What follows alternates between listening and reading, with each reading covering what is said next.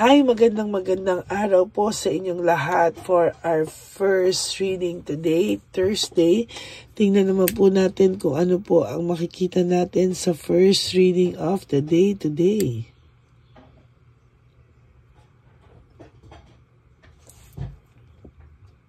Ano po natin, ha?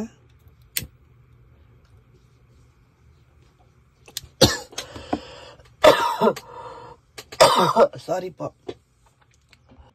For our first reading for the day today, sorry po, tingnan po natin kung ano po ang makikita natin sa first reading of the day. Palasahin lang muna po natin ito.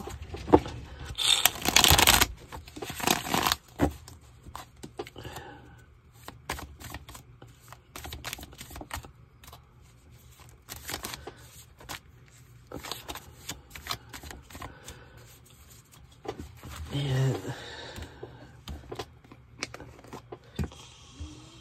Pili po tayong 10. 1, 2, 3, 4,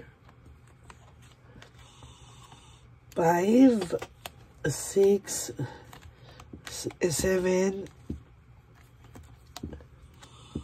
8, 9, and 10.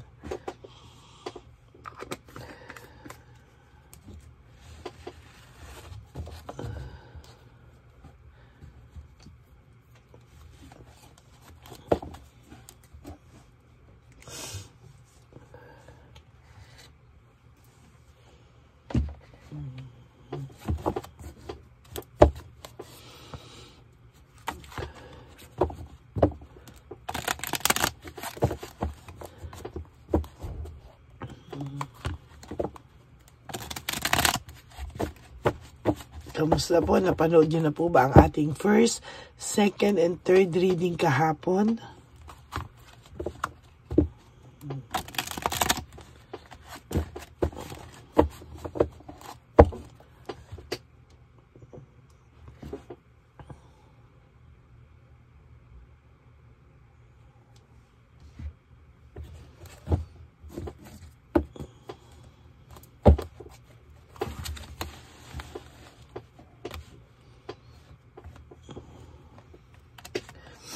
One, 2, 3,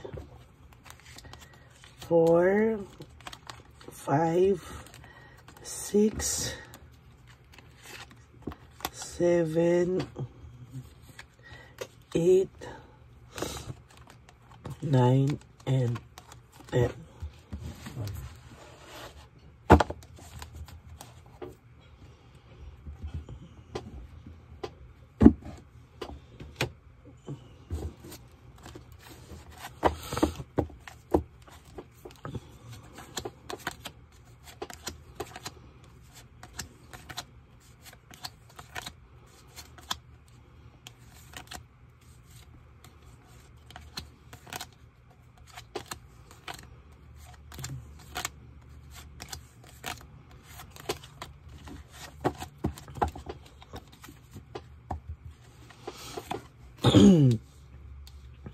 Lack of resources, unstable, no? Ito po ay kumbaga kung dati po sobra siyang okay sa buhay niya, sobrang smooth ang dating ng lahat ng bagay sa kanya, resources niya ay smooth, no? Naaalagaan mo po yung inyong resources. Ngayon po very unstable siya, no? Labas dito, labas doon. Wala pong direksyon yung buhay niya. Actually, pati finances niya hindi stable, no? At sa nakikita ko po dito, dati ikaw lahat nagmamanage, ngayon siya lahat nagmamanage mag-isa niya. So, parang ngayon po, parang nawala ng direksyon, no?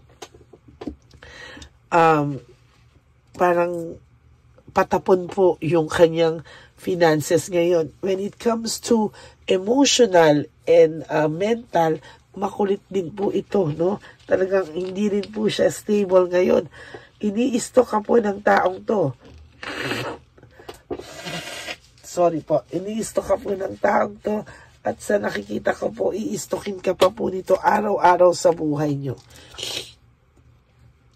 dinadivert niya lang po yung attention niya sa iba, no? Alam mo po sa nakikita ko, sa sobrang unstable niya, there will come a time, kahit anong yabang ng taong to, lalapit to sa'yo, hihingi ng tawad sa ito talaga. No, luluhod sa ito dahil darating ang araw, ayaw mo na sa taong to. Pag siya po ay nahuli-huli ng lapit sa'yo, no, at na-divert mo na sa iba ang attention mo, no, at na-realize niya na talagang wala siyang makikitang katulad mo, walang susuporta sa kanya, home conflict, walang mag-aalaga sa kanya, at siya pa ang mag-aalaga sa iba. Nako, sinasabi ko po sa iyo, ayan, no, ang dami niya pong unresolved issues, emotional baggage, no. Sa nakikita ko po sa kanya ngayon, marami po ang sinasabi ko po sa inyo, marami siyang emotional baggage na hindi po niya mailabas sa iyo. Oh?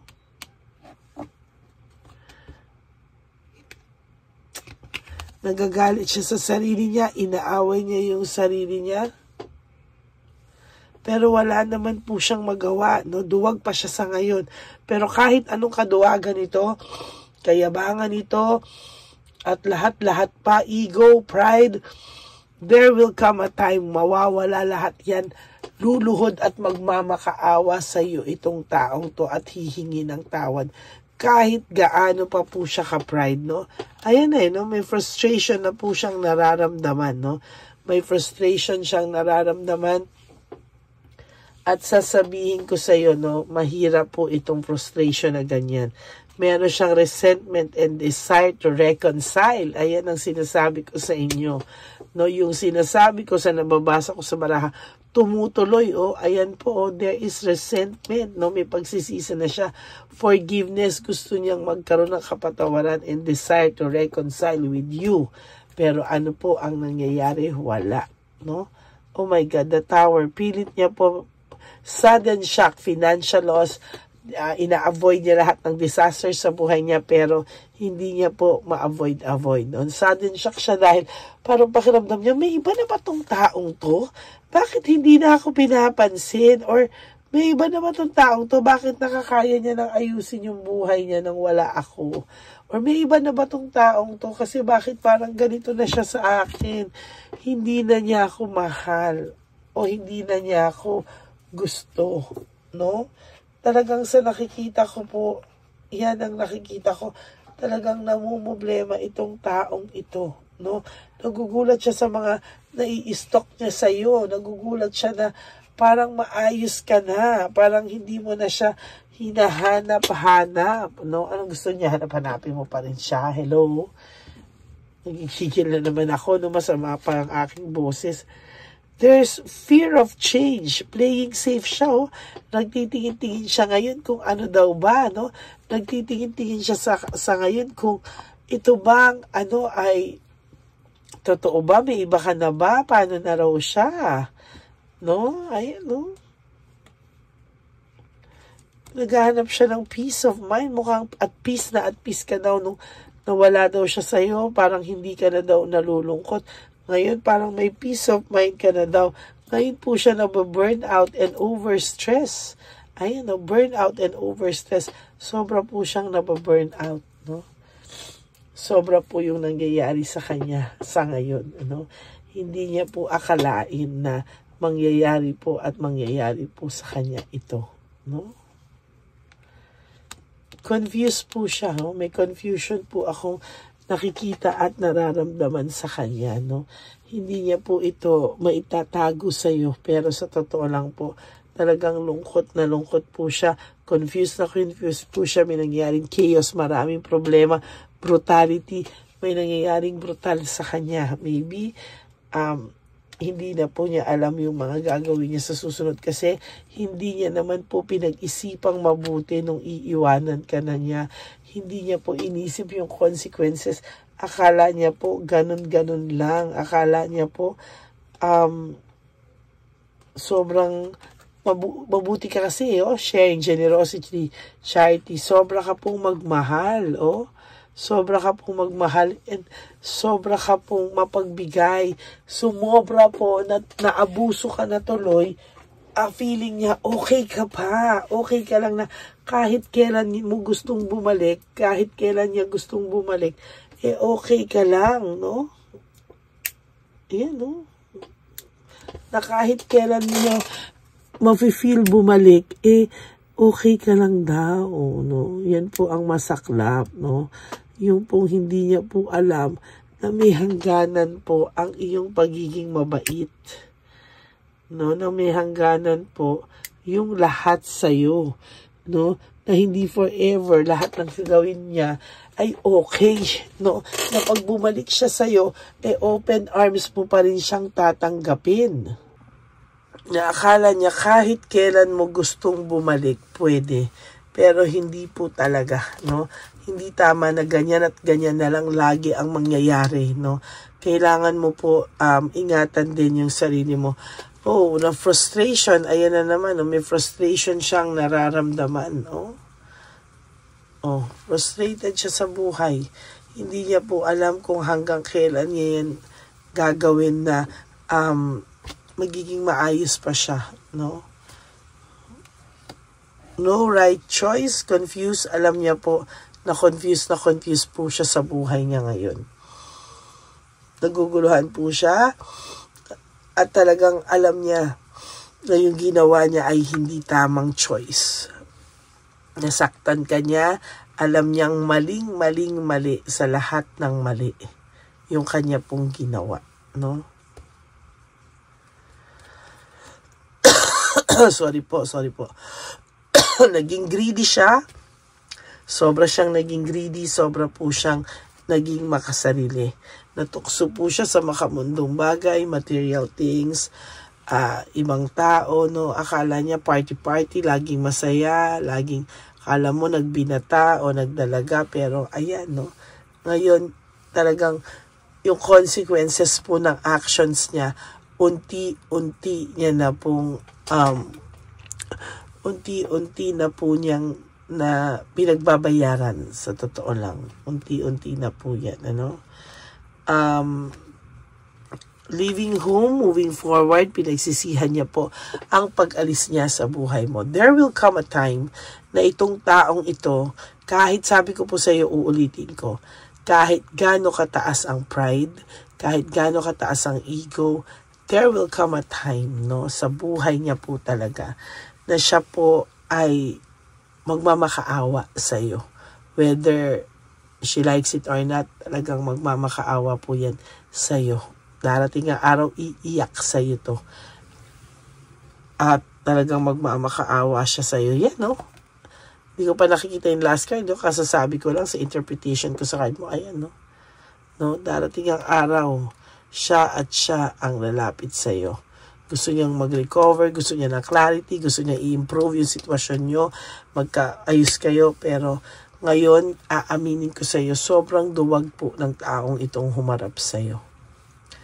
No, sobrang duwag niyang humarap sa iyo. Bakit? Wala siyang mukhang maihaharap sa iyo sa lahat ng ginawa niya sa iyo. No, na pinapalabas niyang wala siyang kasalanan, ikaw lang ang may kasalanan. So, ganyan, ano. Yan po ang mahirap sa mahirap, no? I'll try po maglabas ng 4 na readings ngayong araw na ito.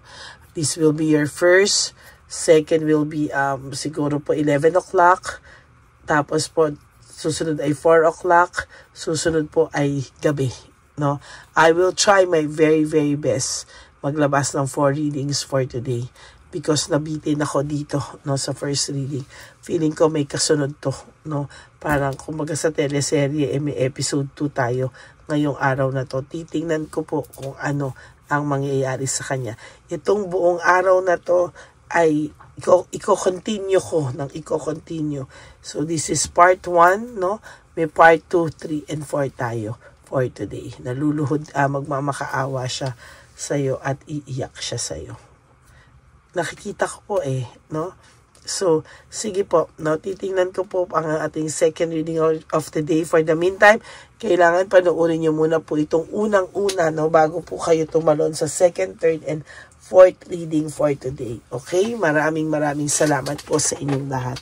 For those of you who would like to have a private reading with me, you can message me po at Ladyly Elena. That's Ladyly Elena. Nasa dulo po yan ng ating video. Diyan nyo lang po ako makokontak. That's my only official and legit FB account. Yan. Maraming salamat po sa inyong lahat.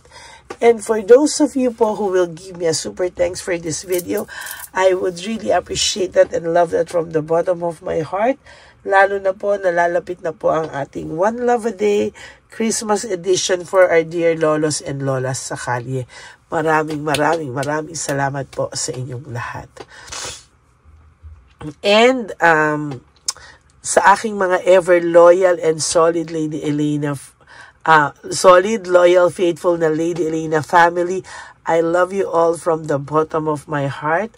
Mahal na mahal ko po kayong lahat. Maraming salamat po sa inyo. And I hope na wag po kayong mag-skip ng ads. Tulong nyo na po yan sa ating channel para mas marami pa po tayong matulungan na lolos and lolas. Okay? Thank you so much from the bottom of my heart. And, sorry po. And, ano pa po ba ang sasabihin ko sa inyo? Siyempre po, ang aking laging bilin na to live for today. No, only for today. You do 3 things that will make you happy for today. Prioritize yourself, and i-penalize nyo po yung sarili nyo. No? Pagka po kayo naiisip nyo po siya, naiiyak kayo, kurutin nyo po yung sarili nyo. Basta, tulungan nyo pong mabuti yung sarili nyo na huwag siyang maisip today. Gumawa kayo ng mga bagay na ikakabisi nyo. And tomorrow po is another day. Gawin nyo lang po yan araw. Tulungan nyo po yung sarili nyo. And one day, you will realize na nakaka-survive ka na po. Na okay ka na pala po. No? And, of course, bakit? The life is too short. Don't make it shorter by stressing yourself from all the pains and heartaches na binigay sa inyo ng kahapon. Just surrender everything to the divine universe and just let go and let God write your life and love story. Ako po ay magbabalik para sa ating second reading of the day. Promise ko po yan sa inyo. No? Ako po ay magbabalik for second, third, and fourth reading for today. Part 1, 2, 3, 4 para po tingnan natin kung ano ang susunod dito at ano pa ang marirealize ng tao nyo sa mga susunod o person nyo sa mga susunod na panahon. Okay? God bless you all and I love you all. Thank you very much po.